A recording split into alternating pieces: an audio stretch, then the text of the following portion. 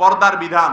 আল্লাহ রাব্বুল আলামিন পুরুষ এবং নারী সবার জন্য পর্দার বিধানকে ফরজ করেছেন। সবার জন্য পর্দার বিধানকে, আমাদের দেশে মানুষ মনে করে পর্দা শুধু মহিলার জন্য ফরজ। এটা ভুল কথা ভাই।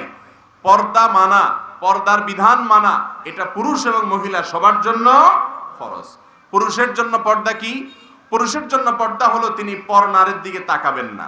পর নারীর দিকে, সেটা অফলাইনে সরাসরিও তাকাবেন না, আবার মোবাইলে ফেসবুকেও তাকানো যাবে। যুবক ভাইয়েরা, মোবাইলে তাকানোর অভ্যাস আছে না নাই?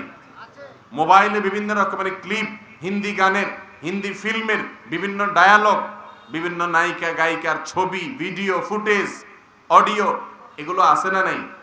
এগুলো যদি থাকে, সে কখনো আল্লাহর খাঁটি বান্দা হতে পারে না। ভাইরা আমার, অপারেশন করার পর ডাক্তার বলে দেয় কিছুদিন চোখ বেঁধে রাখতে হবে ব্যান্ডেজ করে, চোখ দিয়ে দেখা যাবে না। কিছুদিনের জন্য যদি আপনি চোখে ব্যান্ডেজ দিয়ে রাখতে পারেন, একটু ধৈর্য ধরেন, তাহলে ইনশাআল্লাহ সারা জীবনের জন্য চোখটা ভালো হবে, সব দেখতে পারবেন। ঠিক না ঠিক?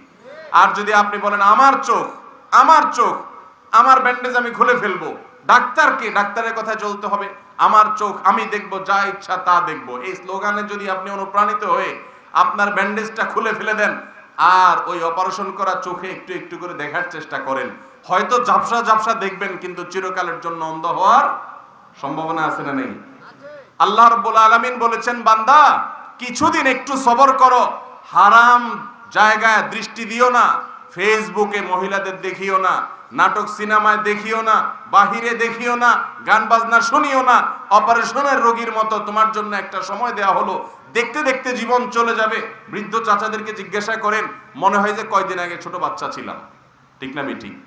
আমাদের সবার শৈশব, ছোটবেলার কথা আমাদের মনে পড়ে না? দেখতে দেখতে জীবনটা শেষ হয়ে যায়, আস্তে করে কবরস্থ হয়ে যায়। অতএব এই সংক্ষিপ্ত জীবনের জন্য আপনি যদি এই চোখের হেফাজত করেন,